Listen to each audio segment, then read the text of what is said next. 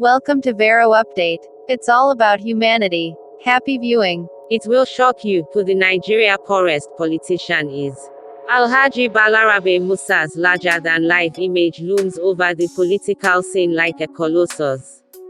But the former governor of Kaduna State, ex-chief accountant of the Broadcasting Company of Northern Nigeria, BCNN, and one of the first set of chartered accountants in Northern Nigeria has almost nothing in material sense to show for all his struggles to enthrone an egalitarian society. Perhaps, no past or serving governor has been as consistent, principled and focused to a cause as Alhaji Balarabe Musa, a former governor of old Kaduna State. In fact, the left-wing politician and social crusader has for over 38 years been canvassing for a new social order in Nigeria. In 1979, he was impeached as governor, but undaunted, he had continued soldiered on with his crusade. The removal, rather than diminish Musa, burnished his image of incorruptibility. Consequently, when the military struck in 1983, he was given a clean bill of political health, while his traducers were sent to jail. In 1990, he joined the Social Democratic Party (SDP), a political party formed and funded by the then General Ibrahim Babangida regime. The party, by political inclination, was a little to the left, and like a magnet, that phrase attracted the former governor. In 1991, the Soviet Union collapsed and Mikhail Gorbachev, the eighth and final president, resigned from office as he created the Commonwealth of Independent States. Regardless, must still stop with socialism until date, the octogenarian hasn't renounced the ideology. Right now, politics has become cash and carry, but he still plays politics of principles and conviction. Significantly, Musa has transformed over the years from a politician to a statesman, whose obsession is nation-building and not winning elections. Severally, he has intervened to resolve national crises, irrespective of partisan or ideological differences. In 1993, he opposed the annulment of June 12 presidential election on principle. The election was won by Chief MKO Abiola, a Southerner. However, Musa rose above class differences and denounced the injustice done to Abiola. He, alongside Chief Chukwuemeka Odumegwu Ojukwu and General Muhammadu Buhari, now president, protested against the flawed 2003 elections in Abuja despite being ideological strange bedfellows. Largely, the mass action was successful and the arrowheads went their separate ways afterwards. In 2012, 9 years later, he joined forces with labor leaders and political activists, including the current customs boss, Col. Hamid Ali RTD, Comrade Shehu Sani, now a serving senator, and Bar. Festus Okoye, a human rights lawyer. At that time, the Goodluck Jonathan administration jacked up fuel prices and all over Nigeria, people came out to protest the hike. In Kaduna, Musa and the aforementioned were in the trenches with the masses, fighting the anti-people policy, as he puts it. Severally, he has been at the barricades protesting, agitating and denouncing the establishment over unpopular programs and policies. Ironically, Musa is a product of the establishment that he rails against. In fact, he is a blue-blooded aristocrat, having been born to the district head of Kaya, a village in Giwa local government area of Kaduna State in 1938.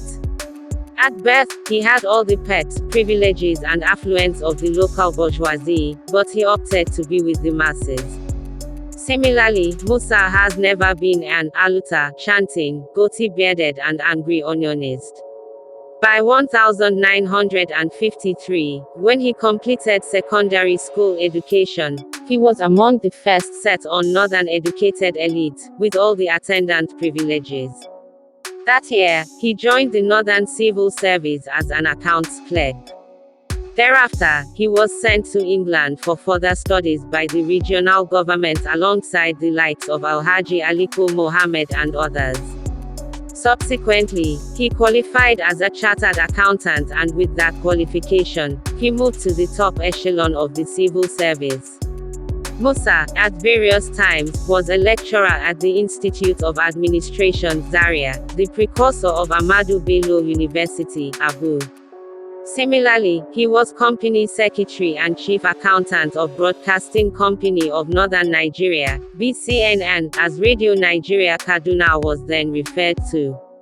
In 1979, he retired from the civil service and joined politics, culminating to his election as Governor of Kaduna State. He was however impeached by the House of Assembly in 1981 over irreconcilable differences with the National Party of Nigeria (NPN) dominated legislature. Musa has gained nothing in any material sense. Specifically, a 3-bedroom bungalow, a monthly pension of N741,000, a 1,200-acre farm and an old Mercedes-Benz car are his only possession. At 80, the former governor still drives himself, without a police orderly. Above all, no government monument, public building or even street has been made after him in Kaduna State. In an interview with New Telegraph, he explained how he acquired the bungalow and 3 mud houses, one in Funtua, a town in Katsina State, and 2 others at Hayin Banki and Badarawa, all slums within Kaduna metropolis. Actually, the bungalow was built by Northern Nigerian Development Company, NNDC, as part of its home ownership scheme, Musa told our correspondent. Basically, the scheme was instituted to help civil servants own houses, and 11 of them were built along Aliyu Turaki Road, Kaduna. The NNDC built similar houses in other major towns in the north and sold them in 1972. At that time, a 3-bedroom bungalow cost N20,000, but prospective buyers, according to Musa, were expected to make an initial deposit of N1,500.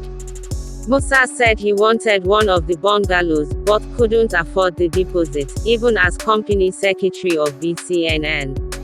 At that time, the top management of NNDC were his friends. So, they arranged to rent the house to Ahmadu Bello University, Abu, for 2 years, Alhaji Balarabe recalled, and the cost was N2,400, that is N1,200 per annum. Out of that amount, Musa paid the deposit, but instead of pocketing the balance, he gave the N900 to the authorities. That action, according to him, brought down his monthly code number, so that the deductions will be within the limits that could allow me to have enough to sustain my family monthly. Quote. Similarly, he bought the Funtua mud house for his mother, the Hayin Banki and Badarawa ones, to accommodate his relatives and house helps. The bungalow and 3 mud houses, according to the former governor, were the assets that he declared when he assumed office in 1979, and they are still the properties he owns after about 40 years.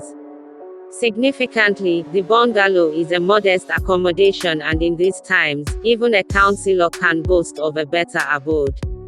Clean and Spartan, the building is weather-beaten as the paint has faded and a few disused vehicles strewn the compound. In particular, the sitting room is not befitting of a man of Musa's status.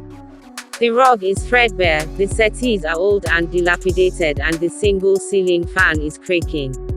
Similarly, old pictures of Malam Aminu Kano, Alhaji Abubakar Rimi and former comrades at arms dot the walls, so are photographs of his student days and his official portrait as governor.